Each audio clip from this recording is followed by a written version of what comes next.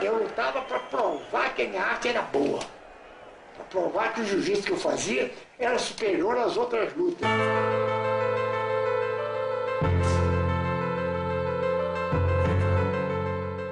Nos anos 30, o esporte brasileiro tinha um só ídolo, o lutador Hélio Gracie. É que o menino raquítico e doente, que nunca nem sequer deu uma aula, de repente começa a dar aula, de repente se projeta, de repente se torna o maior lutador do mundo. Ele desenvolveu esse jiu-jitsu para fazer com que o jiu-jitsu pudesse ser praticado por pessoas iguais a ele, franzinas, fracas e debilitadas. Os lutadores nem sabiam como perdiam. Com a mão pesada, rapaz. Ele era um guerreiro samurai dos tempos modernos. Para provar a superioridade de sua técnica, Hélio fez de seus filhos e sobrinhos um exército de lutadores.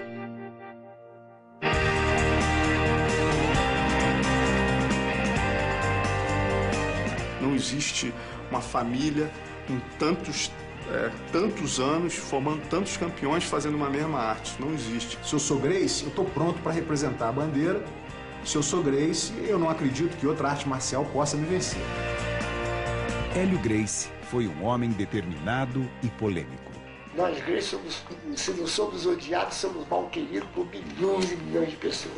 Só a invencibilidade de um sujeito já bota um cara antipático. Ele veio para cá com a missão e cumpriu a missão de uma maneira muito honrosa e, por isso, protegida também. É sangue, suor e lágrima. É isso que foi a vida do meu pai. Não tem outra história.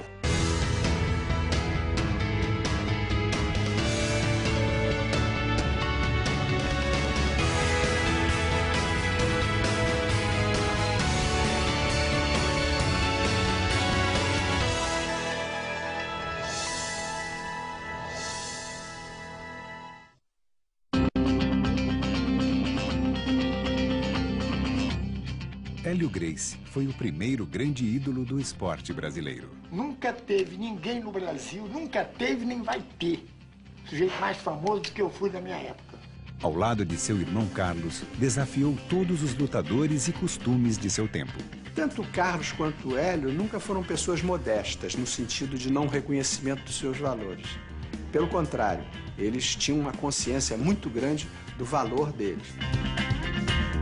E essa segurança tinha um motivo, o jiu-jitsu. O cara tinha tanta certeza que a arte dele era melhor que as outras, que ele falava, ó, bota aí, 300 quilos, bota aí que eu pego. Botava desafio no jornal, isso desde os anos 30. Ele estava pronto para morrer pelo jiu-jitsu. A verdade é, ele tinha tanta convicção no negócio que para ele tinha que ser aprovado na hora. Era um fenômeno utilizando um sistema, compreendeu, que ninguém sabia na época. A história do samurai brasileiro começou no norte do Brasil. Hélio Gracie nasceu dia 1º de outubro de 1913, em Belém do Pará. A origem do nome Gracie é escocesa. O pai de Hélio, Gastão, era um empreendedor. Dentre os negócios que ele montou, ele formou um circo, o American Circus. E foi no circo que a família Gracie conheceu um misterioso lutador japonês, Conde Koma. Naquela época ninguém conhecia o jiu-jitsu no Brasil, então o Conde Koma foi a pessoa que trouxe para o Brasil essa atividade japonesa. Meu pai, como era o mais velho dos irmãos e muito arteiro, indisciplinado, meu avô decidiu então levá-lo para aprender jiu-jitsu, isso aos 14, 15 anos. Em 1922, a família Gracie se mudava para o Rio de Janeiro. Era o início de um drama familiar. O vovô, que parece que minha avó já tinha notado que ele tinha pisado na bola de vez em quando, parece que tinha uma namorada, não sei quem, pegou ele fazendo uma traquinagem qualquer, com uma amante, não sei quem, e resolveu dar um basta no meu avô. O tio Hélio foi o que mais sofreu com essa desorganização do núcleo familiar. A separação afundou a família em uma crise financeira. Hélio foi obrigado a viver de favor no Clube de Regatas Botafogo, onde logo mostrou um lado de sua personalidade. E ele conta a história que tinha parece que um tal de Fifi na época, o apelido do cara era Fifi, e o jeito ia fazer ginástica, e ele não gostava do jeito por qualquer razão, ele ficava escondidinho assim, a uns 5 metros de distância, sentado assistindo o cara fazer ginástica de peso ou o que for, e ficava dizendo Fifi, Fifi, O cara mudou de horário. Só às 8 horas da manhã, eu disse, cadê o Fifi? Fifi agora tá vindo de manhã cedo, que horas? 6 horas. No dia seguinte, quando o Fifi tava olhando, tranquilo, eu falei, ô Fifi, a gente foi embora no grupo. Mas a infância de Hélio foi marcada por uma doença que nenhum médico conseguia explicar. Não podia fazer nada, muito franzino, dizia ele que era sujeito a desmaios. Ninguém sabia por que esse tipo de fraqueza que ele tinha. Por conta, eu acho, dessa instabilidade emocional, porque na época ele foi examinado e não foi constatado nenhum problema físico. A vida do garoto franzino começaria a mudar só em 1925, quando seu irmão Carlos montou a primeira academia Gracie de jiu-jitsu. O tio Hélio e o tio Jorge foram morar com ele. E praticamente, a partir desse momento, ele passou a ser o pai dos 2 irmãos menores. O jiu-jitsu era uma novidade no Brasil. E para conseguir alunos, Carlos adotou uma estratégia ousada. Ele promovia lutas e promovia desafios e dizia no jornal, se você quiser ter um braço quebrado ou uma costela partida, procure o Carlos Gracie. Qual era a maneira que ele tinha de provar? Confronto real. Desafiando os maiores capoeiristas e boxeadores, os irmãos Gracie logo viraram celebridades no Rio de Janeiro. Mas Hélio ficava sempre de fora. O Hélio não dava aula porque o Hélio era muito franzino e doente. Ele não dava aula. Ele vai ficar de olho. Tá assistindo aquele negócio todo dia, acabou aprendendo, decorando esse negócio. E um dia, ele conta essa história é notória, o Carlos se atrasou, não pôde dar aula. Papai ofereceu-se a dar aula ao aluno. Olha, meus irmãos não estão aqui, se o senhor quiser eu dou a aula. E o sujeito chegou para o Carlos, quando o Carlos voltou, disse para o Carlos, olha, agora eu quero tomar aula com ele, com o Hélio Gracie. Foi aí que o Hélio começou a entrar no jiu-jitsu. Ele acreditou na ideia que o irmão dele mais velho, que ele idolatrava, tinha como quase um pai, passou para ele de que o jiu-jitsu era uma filosofia de vida, era uma religião, era o objetivo deles. Defender aquela arte que era a arte deles. Com 15 anos, Hélio dedicava todo o seu tempo ao jiu-jitsu e começou a desenvolver uma técnica própria baseada nos princípios da alavanca. Ele desenvolveu esse jiu-jitsu para fazer com que o jiu-jitsu pudesse ser praticado por pessoas iguais a ele, franzinas, fracas e debilitadas. Ele realmente tinha muito mais ímpeto do que ele poderia ter naquela estrutura franzina. Ele era um homem que não apresentava nenhum sinal de fraqueza, apesar de saber que ele era um homem fraco. Mas Hélio teria que lutar muito para achar seu espaço no clã. A família já tinha um lutador principal, Jorge, conhecido como Gato Ruivo. Louro, cabelo assim meio avermelhado e tal, de olho azul, cara boa pinta e tal. E era um grande lutador, mas gostava de celebrar, de fazer festa. Ele acabou se rebelando e não querendo ficar ali se submetendo às regras e à orientação do meu pai 100%. Era a chance de Hélio. E para isso, ele transformou o jiu-jitsu em uma nova modalidade, o Gracie Jiu-Jitsu. E ele então desenvolveu um jiu-jitsu muito mais minucioso e muito mais favorável ao fraco ganhar do mais forte. Porque o marketing Gracie sempre foi o magrinho vencer o forte.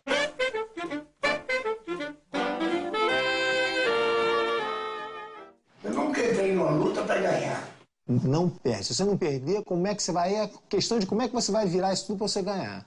If you're talking about an actual street fight, we know that over 90%, maybe even higher than that, end up on the ground. A luta em pé, ela é bonita no cinema, ela é plástica, mas a luta se define no chão. Derruba e finaliza no chão, no pescoço, que é o único órgão onde você aperta e você provoca o apagamento do oponente. E Hélio estava determinado a desafiar os maiores de seu tempo. Tio Hélio contra o Fred Ebert teve uma repercussão na imprensa, assim como astro de cinema internacional. O campeão de luta livre norte-americano Fred Ebert era 30 quilos mais pesado do que o adolescente de 18 anos. Vai lutar com um cara 5 quilos mais pesado que você. É complicadíssimo, entendeu? E os jornais previam um massacre, mas a luta acabou interrompida pela polícia. Eu perguntei, papai, quem ganhou a luta? Ele falou, olha, eu fui para casa, ele foi para o hospital. Então... O estilo novo surpreendia a todos, mas o lutador Manuel Rufino dos Santos acusava os Gracie de roubar nas lutas. Uma luta que pudesse cheirar a marmelada, para eles era uma heresia. Aí eles eram extremamente agressivos. O Rufino dos Santos vinha andando, 2 irmãos seguraram o portão para que ninguém entrasse ou saísse do clube. Os outros 2 ficaram na beira da calçada para ninguém separar. E o papai falou, Rufino, eu ouvi dizer que você está dizendo que a nossa luta é marmelada? Eu vou te mostrar como é que o negócio é marmelada. Sentei na porrada. Depois disso, a relação de Hélio Gracie com a imprensa passou a ser de amor e ódio. É normal, se um time de futebol ganha de todo mundo, fica todo mundo torcendo para algum time ganhar dele. Em poucos meses, Hélio se tornaria a estrela da família Gracie.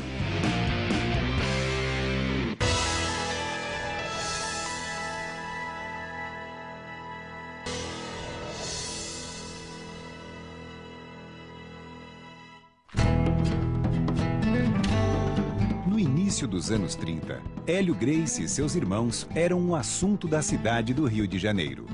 Apesar das críticas à violência, o público delirava com as demonstrações de jiu-jitsu. Os eventos de luta passaram a ter um destaque e ser um grande atrativo para a população na época, que não tinham muitas distrações. Graças à sua técnica inovadora, Hélio tinha virado a estrela do clã Gracie. Deixado de lado, Jorge decidiu se desligar dos irmãos. A minha família já ali, naquele embrião, já passou a expor as suas divergências publicamente. Mas no auge do sucesso, em 1934, Hélio e seus irmãos seriam condenados pela agressão a Manuel Rufino dos Santos. Eles foram condenados a 2 anos e meio de cadeia e começaram a servir. O Getúlio, quando soube que os irmãos Gracie tinham sido mandados para a cadeia, começou a receber uma pressão da sociedade da época para que soltasse os irmãos Gracie. E assinou o indulto presidencial, tirando todo mundo da cadeia. Então tinha história em quadrinho com Hélio Gracie, tinham reportagens enormes nas principais revistas do Brasil, na Manchete, no Cruzeiro, em todas elas. Era hora de Hélio Gracie testar o jiu-jitsu brasileiro contra um mestre da luta japonesa. O escolhido foi Taro Miyake.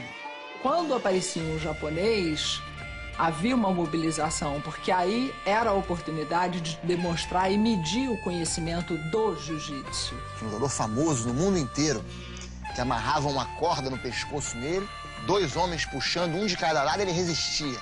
O grande mestre Hélio Gracie pegou ele no estrangulamento, ele não bateu, dormiu.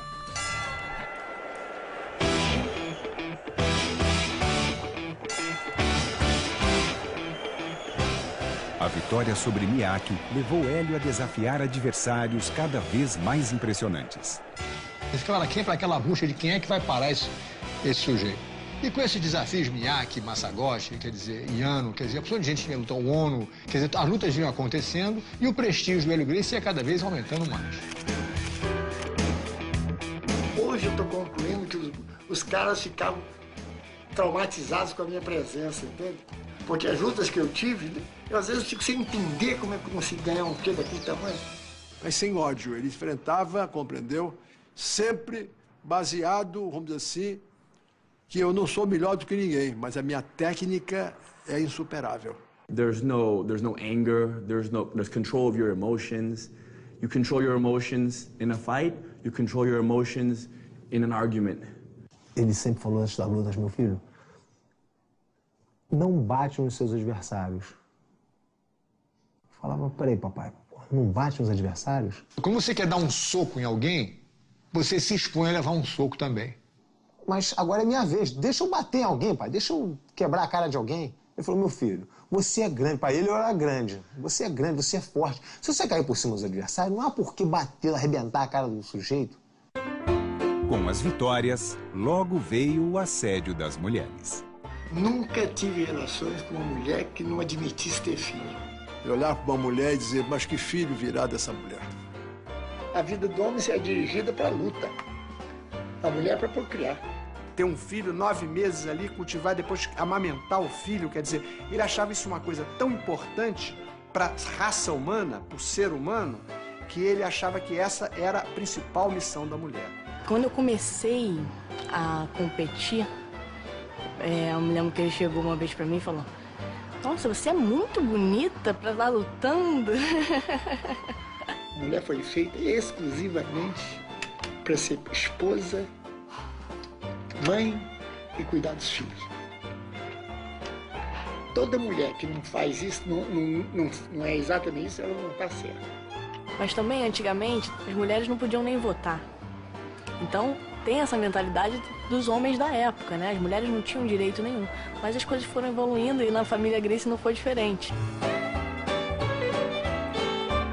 Em 1937, Hélio conhece Margarida, a mãe que escolheria para seus filhos. A mamãe era uma mulher muito simpática e tal, uma mulher muito fina, de muita classe. Margarida tinha apenas 18 anos e já era divorciada com 2 filhos. Seu pai era um poderoso empresário. E quando o papai se aproximou dela, o meu avô naturalmente falou, pô, esse cara é outro caça-níqueis que vem aí. Eventualmente, a mamãe resolveu que ia casar com o papai mesmo e falou, olha, o negócio é o seguinte, eu vou casar com ela e resolveu e pronto. Era o início de uma nova fase na vida de Hélio Gracie. Mas suas lutas mais importantes ainda estavam por vir.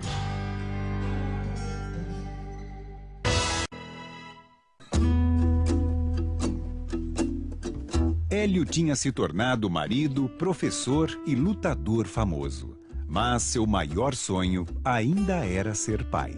Ele queria ter o timinho dele também, porque o tio Carlos tinha os filhos dele, não sei o quê. O papai sempre queria ter filho, porque ele queria dar ideia de família, foi um cara muito ligado a esse tipo de coisa, sempre gostou muito de criança. Carlos Gracie, que estava viúvo há pouco tempo, faria a Hélio uma oferta incomum. Então ele estava com um monte de filho, casou-se com uma outra mulher que não tratava as crianças muito bem. A parceria dele do tio Hélio era tão intensa que os primeiros 7 filhos do meu pai, os filhos do primeiro casamento e mais 2 que ele teve, quando ele casou pela segunda vez, ele deu pro tio Hélio criar. E o papai, que adorava a criança, louco para ter filho, falou, pois não, pumba. Ele assumiu os 7 filhos do tio Carlos, que vieram morar com ele, papai e a mamãe. Então, um dia não tem filho nenhum, no outro dia tem 7 filhos já, o pessoalzinho já grandinho. Em 1947, os irmãos Carlos e Hélio abriam uma nova academia que iria fazer história. E ali eles passaram a ensinar e aquilo virou uma Kodokan brasileira. E formou-se uma das grandes equipes de jiu-jitsu da época. O que o Hélio Gracie fez com a Academia Gracie foi uma escola de samurais. O método que ele criou de defesa pessoal, que atraía as pessoas mais variadas, o pobre, o rico e, evidentemente, atraía também pessoas muito importantes, né? Grandes empresários, políticos, presidente da República. Você passa por algumas ruas no Rio de Janeiro, você vê o nome das pessoas e fala, pô, rapaz, esse cara foi aluno. Porque são opções de gente ilustre que tem nome de rua, foi aluno do Hélio Gracie. O Hélio dava uma ênfase muito grande à defesa pessoal e, ao lado dessa eficiência do jiu-jitsu, técnica do jiu-jitsu, tinha toda uma filosofia de vida. Eles incentivavam a garotada a não fumar, a não beber. Eu nunca experimentei uma cerveja ou qualquer tipo de bebida alcoólica. Pelo que eu aprendi com ele, pelo exemplo dele, do meu pai. Eles criaram uma religião. O jiu-jitsu virou uma verdadeira religião, uma doutrina de vida, uma filosofia. É uma coisa realmente impressionante, só você vivendo perto deles para você ver. Não é à toa que eles têm uma legião tão grande de seguidores, né? Com a academia a todo vapor, Hélio passou a desafiar todos os grandes lutadores brasileiros e internacionais. Hélio Gracie desafiou Uma trupe de japoneses que esteve no Brasil na época, que era formado pela equipe do Kimura. Ao desafiar Masahiko Kimura, o campeão mundial de jiu-jitsu, Hélio teria uma decepção. Ele não aceitou o desafio argumentando que ele, Kimura, era campeão do mundo e o Hélio Gracie era um desconhecido. O Kimura pesava quase o dobro do peso do Hélio Gracie, então não fazia mais do que obrigação como campeão do mundo de ganhar de um lutador leve. Se você quiser lutar com alguém, diz o Kimura, luta com o Kato, que é o vice-campeão do mundo, é só 20 quilos mais pesado que você e vai te ganhar com a mesma facilidade que eu te ganho. Mas antes da luta com Kato, Hélio Gracie quebraria uma costela treinando. Os médicos não queriam deixar lutar. Não queriam deixar lutar com medo de perfurar o pulmão, né? Que é um troço perigoso aberto. Lutaram no Maracanã, primeira luta em 51, setembro de 51, e houve empate. Então ele falou, olha, pro Carlos Gracie, falou, Carlos, eu acho que se eu lutar com esse cara de novo, quando ele estiver bom na costela, eu ganho dele. Revanche em São Paulo.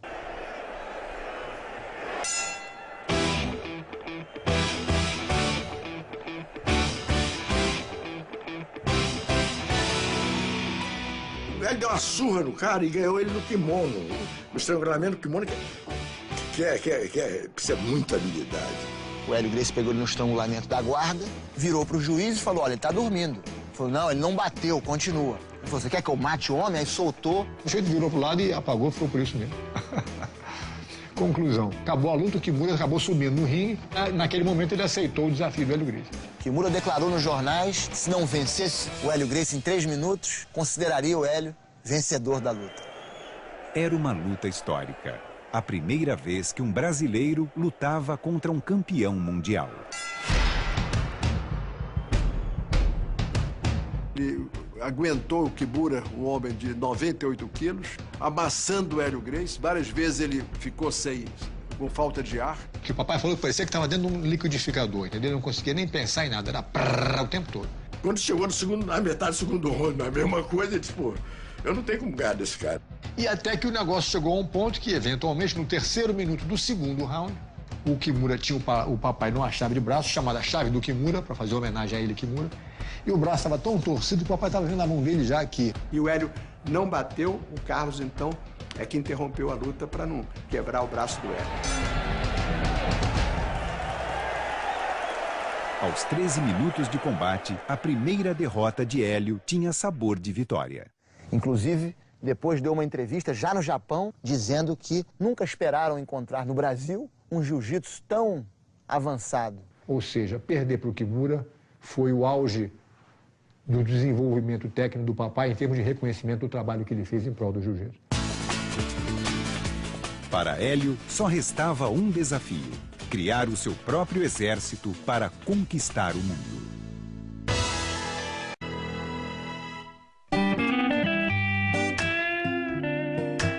Uma lenda nos ringues, Hélio ainda tinha um desafio pela frente: ter seus próprios filhos. Ele ficou tentando 12 anos a ter filho, não conseguia ter filho. Aí ele começou a ficar assim meio frustrado com o negócio. Sua mulher, Margarida, nem imaginava que não podia ter filhos. A minha avó, Carmelita, era uma mulher assim, muito autoritária. Parece que a mamãe tinha tido as trompas ligadas que impediriam que ela tivesse filho no futuro. Então a mamãe não podia mais ter filho e nem sabia. Com 18 anos de idade, brincando com boneca, com criança e boneca de um lado do outro, ela não tinha noção do que estava acontecendo. Transtornado, Hélio pediria conselhos a seu irmão Carlos, que sugeriu uma solução incomum. E a mamãe, apaixonada como ela sempre foi pelo papai, concordou com a ideia de que o papai tivesse filhos com outra pessoa. Entendeu? Não seriam filhos que vieram através delas, mas iam ser filhos dela. A Margarida era uma pessoa muito inteligente, muito sensível e compreendia tudo aquilo. Apesar, naturalmente, das frustrações que ela tinha. Em 1952, nascia finalmente o primeiro filho de Hélio, Rorion Gracie. Nos anos seguintes, viriam Helson e Rickson. A escolha dos nomes dados aos filhos seguia uma lógica pensada por Carlos. A ideia do tio Carlos era botar nomes que não existiam. Um nome completamente novo, a criança, não ia ter a influência das pessoas que vieram antes com aquele mesmo nome. Ou seja, abre a própria estrada, cada um com o seu próprio nome. Eu não sei até que ponto esse negócio funcionou, porque tem Grace de todo tipo. O fato de cada um ter criado a própria estrada não quer dizer que todo mundo tenha sido muito esclarecido, não. Em todo caso. E os novos Grace já saíam da maternidade destinados para o jiu-jitsu. Já sai rolando, né? Já nasce rolando no tatame. O brinquedo é o kimono. A academia é onde tem o playground. Era isso. No primeiro aniversário, 1 ano de idade, o bolo era um ringuezinho com os bonequinhos vestidos de kimono. Até hoje, quem nasce Grace vai ser sempre lutador. Para continuar a tradição. Depois, se tu quiser fazer o que você quiser fazer, você faz. Mas uma vez vocês vão ter que entrar no ringue. Já tive essa conversa com os meus garotos. Tem um de 13, um de 11 e um de 8. E a menina de 4 pergunta, e eu, pai? Você também.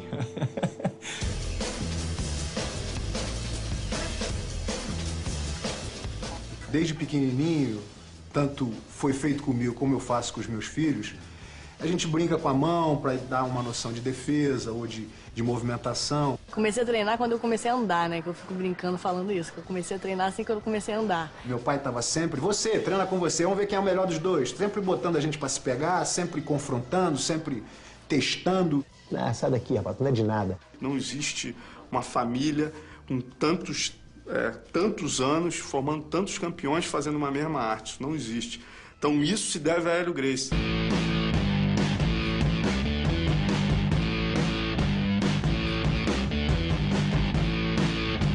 Meu pai sempre foi um general. E o general só é um bom general quando ele tem bons soldados. Afinal de contas, ele estava criando líderes. Isso é uma coisa que na família Gracie tem muito. Tem muito líder e muito chefe, pouco índio. Para abrigar a família que só crescia, os irmãos Hélio e Carlos compraram uma casa em Teresópolis que se tornaria o retiro dos Gracie nas décadas seguintes. Era casa, nunca vi uma casa tão maravilhosa. Era quase que você manter um hotel, era uma estrutura de hotel. Os frigoríficos cheios, as dispensas sempre cheias, compra era um batalhão mesmo. As pessoas passavam de carro do lado de fora da casa, em Teresópolis, viam aqueles kimonos pendurados, tudo arrumadinho, certinho, parecia camisa de força. Depois você olhava no gramado central da casa, na lona que tinha no gramado, o pessoal treinando, parecia um asilo de louco, porque a pessoa, todo mundo, 35 crianças se embolando um com o outro. Eles formaram, de fato, uma tribo. Era uma comunidade, a comunidade Gracie. E para alimentar a tribo, Carlos criou uma dieta especial. O Carlos criou um regime alimentar espetacular. Se os brasileiros todos seguissem, nós éramos super-homens. Essa alimentação era baseada na combinação dos alimentos, para que não desse fermentação e para que não desse acidez, para que não enfraquecesse o organismo para as doenças degenerativas e infecciosas. Baseado nessas conversas, eu vou lá do meu irmão, estou com 89 anos, não me lembro o último dia que eu fiquei doente, não me lembro quando é que eu fiquei doente, não sei. Se eu, Rório, hoje tiver que escolher, fico com a dieta ou fico com o jiu-jitsu, eu escolho a dieta. The Gracie diet is the beginning of all discipline in the Gracie family, and that discipline serves you in so many ways that you can't even imagine. E o resultado disso é que o pessoal realmente cresceu de uma maneira muito saudável. O papai atribui a saúde dele para poder lutar 3 horas e 45 minutos com o Valdemar Santana, que é a luta mais longa da história, porque ele estava com a saúde que permitiu ele fazer isso. Porque nenhum leão não luta 3 horas e 45 minutos. Esta luta histórica seria a sua última luta oficial. Valdemar foi criado com suquinho na Academia Gracie. O Hélio deu toda a sabedoria e o caso dos Gracie era Gracie. Por influências de inimigos do Hélio, resolveu desafiar o Hélio, e o Hélio, com aquele espírito guerreiro que ele sempre teve, né?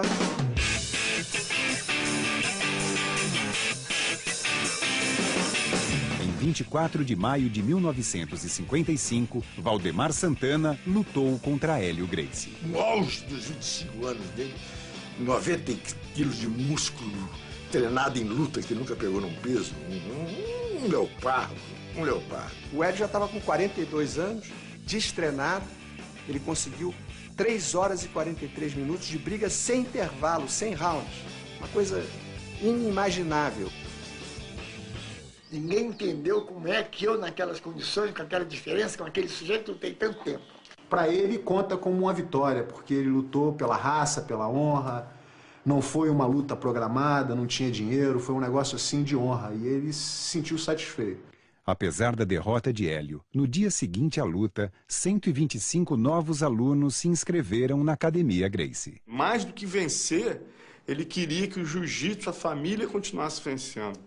Então estava muito acima só das vitórias dele. Tanto que depois que ele perde do Valdemar, ele fica numa boa e fala, Carson, agora vamos continuar, entendeu? E continuou preparando os filhos dele.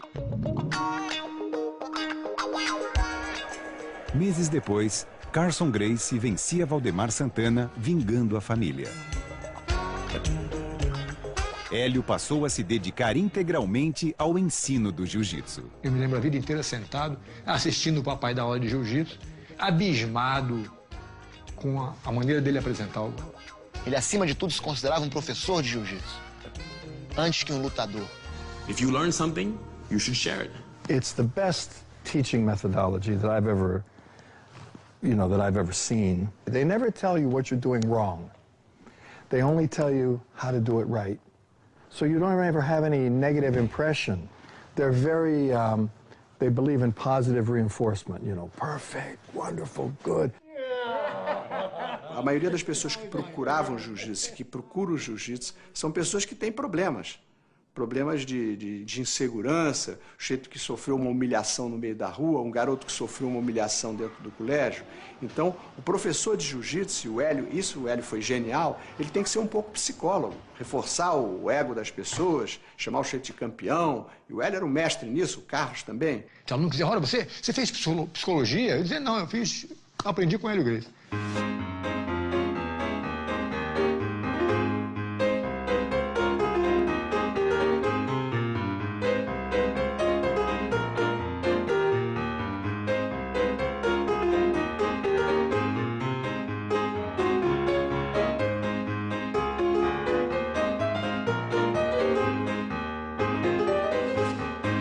Que é um merda para se sentir um homem. É frouxo para se ficar valente. Tem preço isso. Quero ver o cara ficar melhor do que eu. Do método de ensino que o papai desenvolveu para poder atender o aluno é um troço que realmente é inigualável. É o que a gente faz até hoje aqui na academia com muito orgulho. A gente existe para preservar essa memória e esse tipo de ensinamento. Mas com 3 filhos, Hélio ainda sonhava com uma família grande. E eles viriam de um relacionamento com Vera, uma funcionária. Tá voltando da academia e ele me perguntou, meu filho, você gostaria de ter mais irmãos? Eu falei, claro, papai, gostaria de ter mais irmãos. Ele falou, quanto? Eu falei, se eu pudesse, eu queria ter mais 20 irmãos. Ele olhou para mim e falou, olha, você não tem mais 20 irmãos, não, mas você tem mais 4. Mesmo sabendo da existência de uma outra família, Margarida continuou casada com Hélio. Porque o papai sempre dormia lá em casa toda noite. O cara era um artista mesmo, entendeu? Ele não ia dormir fora fim de semana, não existe. Toda noite ele dormia na minha casa. Eu, sendo um caçula de uma primeira geração, eu acompanhei várias vezes a minha mãe chorando pelos cantos. Mas é o tal negócio, não vai poder mudar, já existe a situação. O papai decidido a continuar apoiando os filhos novos, que tem que apoiar mesmo de qualquer maneira, eu concordo 100%. Ele deu apoio à situação das crianças, a mamãe não ia ficar sozinha, então ela concordou e aceitou a situação. Mas a Margarida era uma pessoa que foi, vamos dizer assim, envolvida naquela visão de filhos. Não era a visão da mulher em si, a visão dos filhos, do respeito aos filhos, compreendeu? Ela, inclusive, chegou a ter um relacionamento com a Vera, saíam, faziam aquela junta. Quer dizer, aproximaram-se uma das outras. Mas eu não sei se no fundo do coração ela jamais gostou disso. Eu tenho a impressão que ela não gostava dessa situação. Mas eu cresci chamando a mãe do Robert, Margarida, de mãe também. Quer dizer, a minha mãe era mãe, a Margarida era a mãezinha. E ela introduzia meu filho também. E Hélio ainda viveria para ver seus filhos transformarem o Gracie Jiu-Jitsu em um sucesso internacional.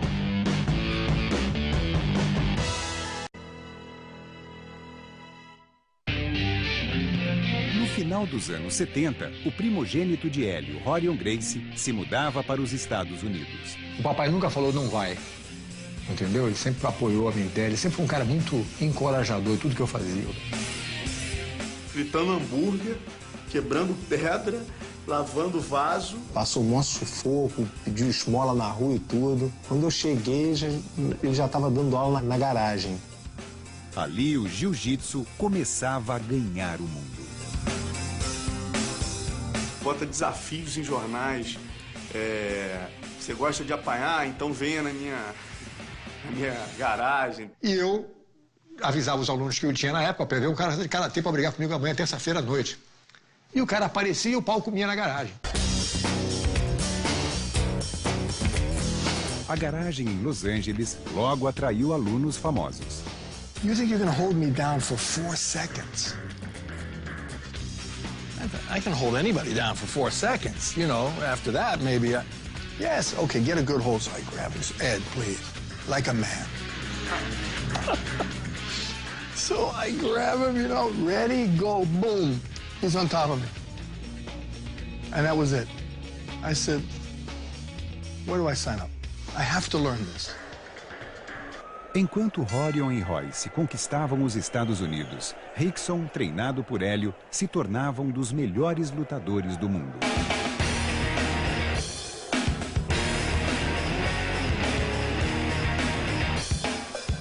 O que eu sentia é que tudo para ele era o jiu-jitsu. Se eu chegasse com um boletim 000, ele ia olhar e ia ficar meio indiferente, não ia ficar super chateado. Mas se eu ganhasse uma luta, era a hora certa de eu quebrar o velhinho.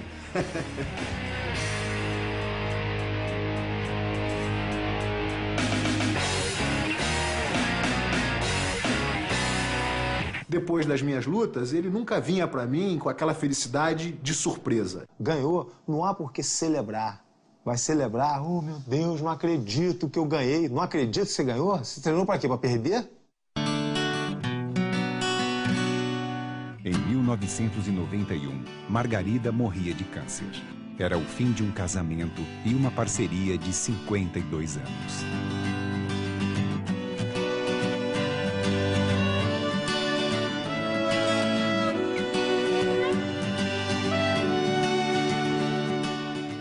Depois que a Margarida morreu, meu pai ligou para todos nós, pedindo a mão da minha mãe em casamento. Eu me lembro de rir e falar, claro, papai. Deixa eu pensar um minuto. Pode casar, sim. No ano seguinte, Rorion tinha uma ideia que ia transformar o jiu-jitsu do pai em uma febre. Vamos fazer um evento, que é o UFC, né? Onde a gente vai colocar numa jaula representante de todas as lutas e só um vai sair. Tinha que ser redondo para não ter um canto, para o cara não ficar preso no canto. Quer dizer, tinha uma opção de porquê que a gente fez isso. Antes a gente pensou em fazer um negócio com um jacaré em volta, entendeu? Com uma cerca elétrica. Pensamos em tudo que é tipo de ideia. Isso é Hollywood, né? Então apareceu karatê, apareceu muay thai, apareceu boxe. E os caras não tinham a menor ideia do que esperar. Mas vale tudo, vale burro, cabeçada, soco, pontapé. Eu falei, vale tudo. Então, no final, eu consegui reunir um grupo de pessoas, 7 lutadores, que eu achei os mais qualificados possíveis na época, e botei o Royce para competir também. Se na família, a propósito, você tem que lutar para receber essa chance. E todo mundo quer ser bom, todo mundo é bom.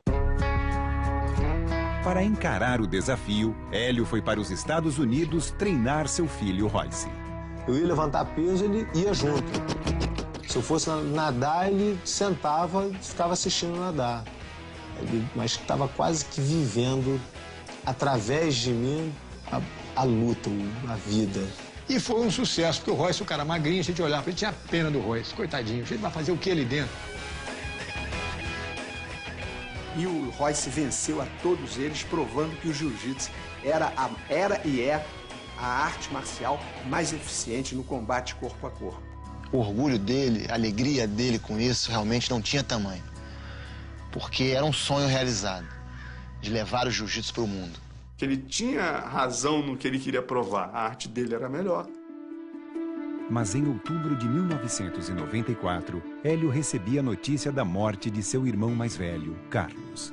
O relacionamento do papai com o tio Carlos era um troço que não existia, fora de série. Ele sempre foi uma pessoa carismática e com muita influência sobre meu pai. Ele praticamente direcionava os passos do meu pai. Ele sempre falou, o tio Carlos foi um pai para mim. Pouco depois, o Gracie Jiu-Jitsu chegava ao outro lado do mundo e Rickson se tornava um ídolo no Japão. Bem, isso para ele foi um motivo de orgulho tremendo, porque o Rickson lutou, na primeira luta que fez no Japão, lutou com um aluno direto do Kimura, o Ishii, e venceu. O orgulho que ele tinha quando eu estava me aquecendo, a expectativa que ele tinha que eu ia fazer um bom serviço, o reforço dele nas minhas costas, era uma coisa que aumentava o meu poder e sempre me dei bem por causa disso. Com quase 90 anos, Hélio mantinha-se ativo, seguindo os filhos pelo mundo. Até os 90 anos, ele todo dia botava o kimono e dava uma aula particular.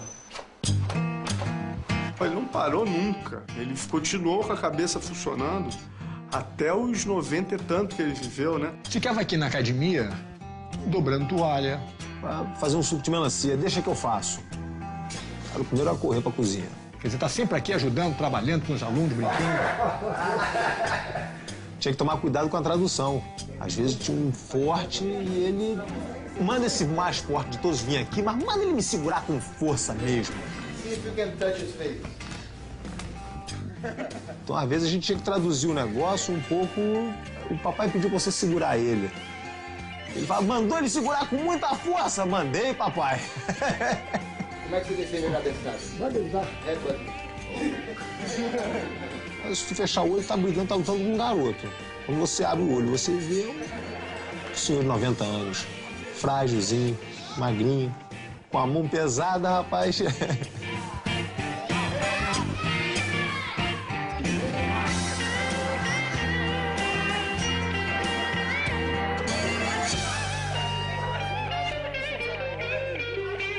Isso mantinha ele vivo.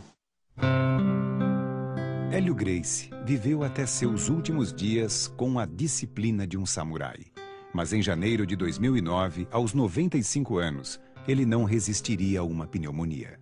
Ele sempre falava assim, ó, meu filho, eu já tô indo para outro mundo. Vocês que vão ficar agora. Aí a gente falou assim, que isso, mestre? Você ainda vai viver muito. And I remember him saying, when I die, there's going to be a funeral, and there's going to be this, and there's going to be that. But don't go to the funeral, 1. 2, they should even have a funeral. It should be a party. Ele sempre ensinou a gente a ver a passagem, né, para a próxima vida como uma coisa natural. E não ficar triste com isso. Ele, para mim, quando morreu, ele mudou de endereço. Se ele tivesse ido, Rony, fui para a China, vou morar na China agora, a gente se vê quando der, mas não vai se ver mais. É a mesma coisa. Hélio Gracie simplesmente saiu de uma forma física cansada e feliz para uma forma espiritual eterna e feliz. Tem que estar pronto, né?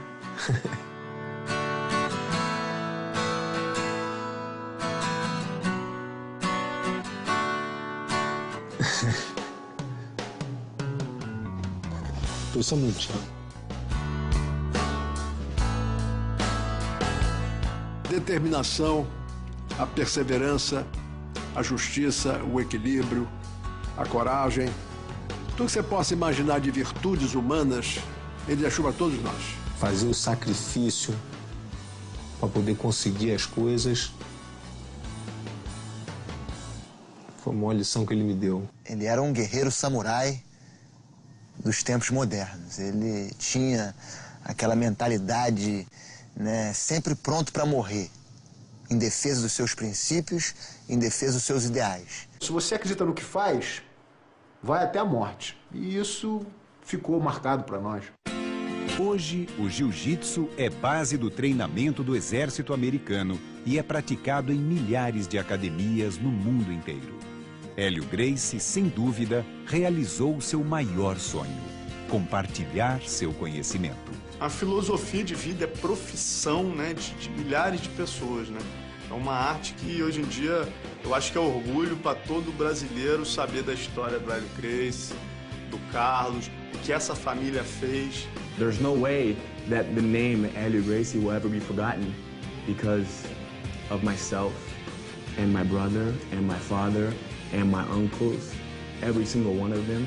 The way I eat, the way I think, the way I fight naturally, and the way I treat other people, more than anything. The way I interact with people, my respect, my integrity, my efficiency in all areas of life is modeled after my grandfather.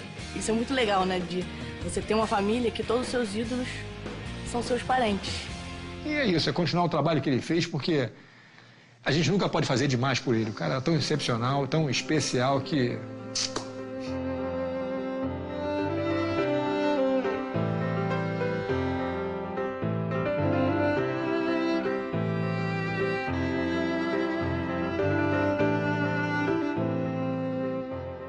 Eu lutava para provar que a minha arte era boa.